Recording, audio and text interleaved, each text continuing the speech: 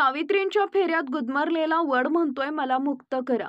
सौभाग्यवती माहेर सासर सुहासनीकडून वटपौर्णिमा सर्वत्र साजरी झाली. महिलांनी वडाला फेऱ्या मारून पुढील 7 जन्माचं साकडं घातले.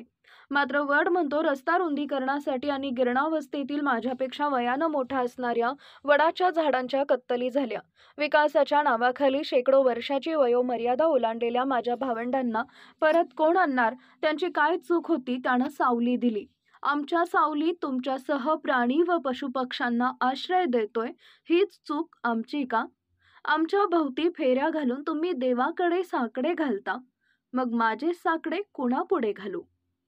सांगली सातारा जिल्ह्यासह राज्यात विकासाच्या नावाखाली अनेक रस्ते महामार्ग झाले.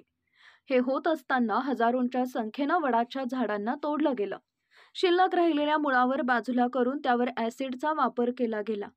त्यावरून डांबर सिमेंटचं आलिशान रस्ते झाल्यानं आमचं मात्र नामोनिशाण मिटलं. गावात कुठेतरी आमच्यासारख्या उरलेल्या ग्रामीण भागातील गावकुसवाकडच्या वडाच्या झाडांना देखील याचं वाईट वाटणं साहजिकच आहे. या दुःखानं आम्ही रक्तबंबाळ झालो आहोत.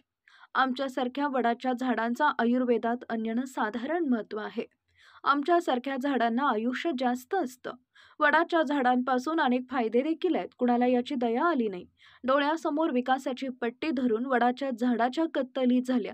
ती पूर्वी कुणाच्या तरी घराची चूल पेटवत होते, अनेकांना सावली देत होते. अशा निष्पाप झाडांना मारून विकास झाला. वटपौर्णिमेच्या दिवशी परंपरेनं झाडाची पूजा केली जाते. तसं रिकाम्या जागीत एखादे वडाचेच झाड लावले तर विकासाच्या नावाखाली बळी गेलेल्या झाडांच्या आत्म्यास शांती मिळेल. आज परंपरेला धरून जगत असलेल्या समाजानं रीतिरिवाज जपला.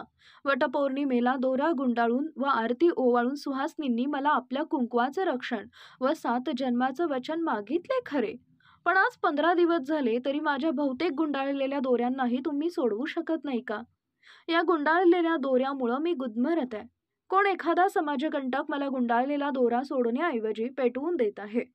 मला या पाशातून किमान 15 दिवसानंतर तरी मुक्त करा आणि माझ्या निष्पाप तोडलेल्या भावंडांच्या रिक्त जागेच्या आजूबाजूला नव्यानं वडाची लागण करा.